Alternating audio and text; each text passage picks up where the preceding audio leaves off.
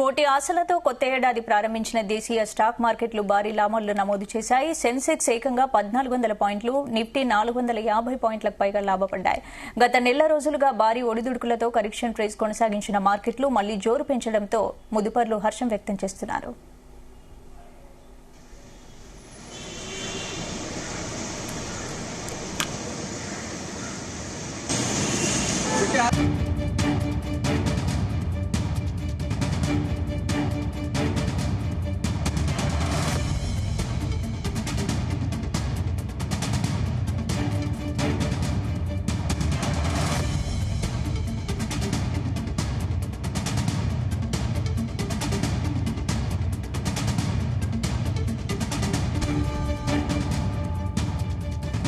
ఇదే అంశానికి సంబంధించి స్టాక్ మార్కెట్ అనలిస్ట్ జీవి సత్యనారాయణ గారు ఫోన్ లైన్ లో సిద్ధంగా ఉన్నారు. మాట్లాడదాం. జీవి సత్యనారాయణ గారు నమస్తే.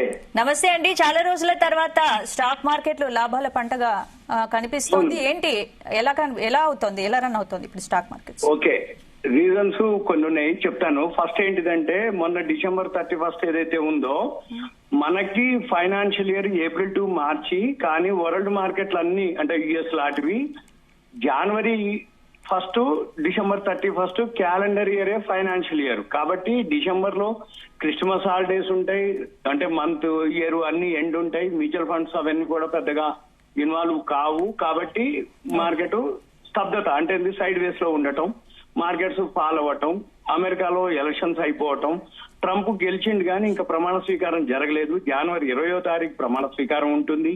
తర్వాత ఇప్పుడు ఏవైతే ఉందో మార్కెట్ ఓవర్ సోల్డ్ పొజిషన్ లో ఉంది. ఓవర్ సోల్డ్ అంటే ఏంటిదంటే బాగా అమ్మకాలు జరిగి బాటమ్ లోకి వచ్చింది అనమాట. ఈ రోజే 200 DMA అంటే 200 రోజుల సగటు దాటి పైకి వెళ్ళటం స్టార్ట్ అయింది. ఎప్పుడైతే బాటమ్ కి వచ్చిందో అక్కడ బయింగ్ జరగడం జరిగింది. అప్పుడు మన మార్కెట్లు పాజిటివ్ జోన్ లోకి రావడం జరిగింది. తర్వాత FIIలు మొన్నటి వరకు కంటిన్యూగా అమ్ముతూ వచ్చిండ్రు. ఇప్పుడు వాళ్ళు అమ్మకాలు తగ్గినాయి. అయితే ఈ రోజు పెరిగింది 1400 పాయింట్లు పైన అంటే సింపుల్ గా FIIలు ఎంటర్ అయినట్టు అర్థం, సింపుల్ గా ఒకటి. ఇక రెండోది, ఇవాళ న్యూస్ వచ్చేటప్పటికి అన్ని సెక్టార్లు రైట్ అండి. ఏంటి ఇప్పుడు ఫేక్ మార్కెట్ ప్రచారం అనుకోవచ్చా, గ్లోబల్ మార్కెట్ ప్రచారం అనుకోవచ్చా, ఎలా అనుకోవచ్చు?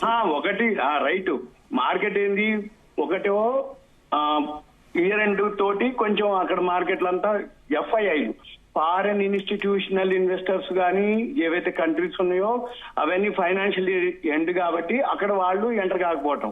మనకేంటిది, ఇప్పుడు January 1 నుంచి అమెరికా మార్కెట్లు ఏవైతే ఉన్నాయో న్యూ ఫైనాన్షియల్ ఇయర్ లోకి రావటం, తర్వాత మనకి GST కలెక్షన్ రావటం, అది లాస్ట్ మంత్ కి ఈ మంత్ కి అంటే మంత్ ఆన్ మంత్ చూస్తే 7.3% పెరగటం, తర్వాత మార్కెట్స్ ఓవర్ సోల్డ్ జోన్ లో అంటే బాగా పడిపోయి ఉండటం, టెక్నికల్ గా సపోర్ట్ తీసుకోవటం, అంటే టెక్నికల్ గా బాటంకి వచ్చింది కాబట్టి కొనుక్కోమని చెప్పటం. తర్వాత ఇప్పుడు థర్డ్ క్వార్టర్ రిజల్ట్స్ వస్తాయి. ఇప్పుడు జనవరిలో మనకి ఏదైతే డిసెంబర్ అయిపోతుందో థర్డ్ క్వార్టర్ రిజల్ట్స్ అంటే జనరల్ గా ఎప్పుడైనా కానీ ఈ థర్డ్ క్వార్టర్ రిజల్ట్స్ బాగుంటాయి. అంటే ఎర్నింగ్స్ అంటాం, ఎర్నింగ్స్ మంచిగా ఉన్నాయా లేదా, ప్రాఫిట్లు ఏదైతే ప్రాఫిట్ అండ్ లాస్ అంటే క్వార్టర్లీ రిజల్ట్స్ బాగుంటాయా అనే దానికి అర్థం ఏంటిదంటే లాస్ట్ 3 months అంటే ఇప్పుడు అక్టోబర్, నవంబర్, డిసెంబర్. ఈ అక్టోబర్, నవంబర్, డిసెంబర్ లో ఏదైతే GST కలెక్షన్ ఉందో దాన్ని బట్టి ఏ అయితే కంపెనీలు ఉంటాయో ఆ సెక్టార్లు ఏవైతే ఉన్నాయో అవన్నీ కూడా రిజల్ట్స్ అంటే ఎర్నింగ్స్ మంచిగా ఉంటాయి అనేది ఒక న్యూస్ అన్నమాట. దాంతో ఈ ఆటో సెక్టార్ గానీ మిగిలిన సెక్టార్స్ అన్ని కూడా ఇవాళ బ్యాంకింగ్ సెక్టార్ గానీ అవన్నీ కూడా బాగుంటాయని పెరగటం. ఇక తర్వాత ఈ IT సెక్టార్ మొన్న అయితే ఉందో ఫస్ట్ రిజల్ట్స్ రావటం, అవి IT సెక్టార్ కి బాగా అన్నమాట. అంటే రిజల్ట్స్ అంటే IT సెక్టార్ బాగుంటుంది అనేది ఒక న్యూస్ అన్నమాట. దాంతో IT సెక్టార్ కూడా బాగా పెరగటం అన్నమాట. వీటన్నిటితో పాటు మెయిన్ ఏంటిది అంటే, ఒకటి మనకి కుంభమేళా ఉంది రేపు January 13కి. ఈ కుంభమేళాకి సంబంధించి ఏవైతున్నాయో ఆ సెక్టార్ షేర్లు పెరగటం, దాంతో పాటు February 1కి మనకి బడ్జెట్ ఉండటం, న్యూ ఇయర్ ఓపెన్ కావటం, తర్వాత January 20 ట్రంప్ ప్రమాణ స్వీకారం ఉంది. అంటే ట్రంప్ ఎలక్షన్స్ అయిపోయినాయి, గెలవటం అవన్నీ జరిగింది, కానీ ప్రమాణ స్వీకారం జరగలేదు. కానీ ప్రమాణ స్వీకారానికి పాజిటివ్ గానే ఉంటుంది.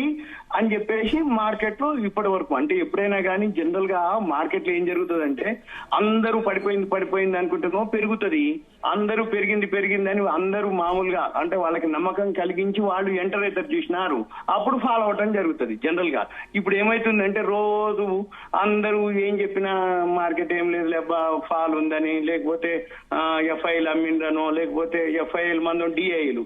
ఉదాహరణకి ఎఫ్ఐఐలు రోజు కూడా అమ్ముతూనే వచ్చిండ్రు, డిఐలు ఏంటిది కొంటూనే వచ్చారు. ఈ డిఐఐలు ఎఫ్ఐలు ఎంత కొంటున్నారు అంటే ఈక్వల్ గా, అంటే ఎఫ్ఐలు అయితే అమ్ముతుర్రో డిఐలు అంతే కొనటం జరుగుతుంది. ఇప్పుడు ఓవరాల్ గా ఏంటిది ఒకటే బండ గుర్తు, మార్కెట్ ఇన్ని పాయింట్లు పెరిగింది అంటే ఇద్దరు కొని ఉండాలి. అంటే ఇప్పుడు ఉదాహరణకి జనవరి 1వ తారీఖు 1782.71 కోట్లు నిన్న ఎఫ్ఐలు అమ్మితే డిఐలు మ్యూచువల్ ఫండ్స్ 1690 కోట్లు వాళ్ళు కొనడం జరిగింది ఈక్వల్. అంటే సిగ్నల్స్ ఇచ్చేసినాయి. నిన్న మొన్ననే మన మార్కెట్లు ఉన్నాయి, అమెరికా మార్కెట్లు జనవరి 1 హాలిడే ఉన్నా గానీ మన మార్కెట్లు వర్కింగ్ డే. ఇప్పుడు ఉదాహరణకి డిసెంబర్ లో 16,982.48 కోట్ల మీరు ఏది ఎఫ్ఐఐలు, మన వాళ్ళు 34,194 కోట్లు అయినా కానీ మార్కెట్ డౌనే. నవంబర్ లో 45,974 కోట్లు వాళ్ళు అమ్మిరు ఎఫ్ఐలు, మన వాళ్ళు డిఐలు 44,483.86 కోట్లు కొన్నారు, అంటే ఈక్వల్. అంటే నవంబర్ ఫాలే. అక్టోబర్ లో అయితే 1,14,445.89 ఎఫ్ఐలు అమ్మిండ్రు, మళ్ళీ మన డిఐలు వచ్చి 1,07,000. అంటే ఎంత వాళ్ళు ఎక్కువ అమ్మటం మొదలు పెడితే డిఐలు ఎంత కొన్నా గానీ మన మార్కెట్లు పడుతూనే ఉంటాయి. మెయిన్ ఒకటేంటిదంటే ఈ అక్టోబర్, నవంబర్, డిసెంబర్ ఎందుకు అమ్మటం జరిగింది ఎఫ్ఐలు ఎక్కువ అంటే ఈ అక్టోబర్ లో ఎకానమీ, ఇండియా ఎకానమీ బాగుండదు, చైనా ఎకానమీ బాగుంటది అని ఎఫ్ఐలు అందరూ చైనా కంపెనీలకు మొగ్గు చూపుతున్నారు అని ఒక న్యూస్ తోటి ఎఫ్ఐలు అమ్మటం ఒకటి. ఇక రెండోది ఏంటిది, ఎప్పుడైతే అమెరికాలో ఎలక్షన్స్ అయిపోయి ట్రంప్ గెలవటం అయిందో, ట్రంప్ ఎప్పుడైతే గెలిచిండో మేము చైనా ఎక్స్పోర్ట్స్ మేము అవాయిడ్ చేస్తాము, చైనా ఎక్స్పోర్ట్స్ మేము అంతగా మేము అంటే అప్పుడు ఆటోమేటిక్ గా చైనా ఏవైతే ఎక్స్పోర్ట్స్ ఆగిపోతాయి. అప్పుడు మళ్ళీ ఏమైతుంది, చైనా ఎకానమీ స్లో డౌన్ అవుతుంది అనేది ఒక రీజన్. అప్పుడు మళ్ళీ ఏమైతుంది, ఎఫ్ఐఎల్ అందరూ మన ఇండియన్ మార్కెట్ లోకి రావడం జరిగింది, మళ్ళీ బయింగ్ లోకి. అయితే మరి 3 నెలల నుంచి అంటే ట్రంప్ ఎలక్షన్స్ అయిపోయి గడిచిపోతున్నా గానీ మరి వాళ్ళు ఎందుకు అమ్ముతున్నారు అంటే ఎఫ్ఐఐలు ఐపీఓలోకి ఎక్కువ ఇన్వెస్ట్ చేయడం జరిగింది.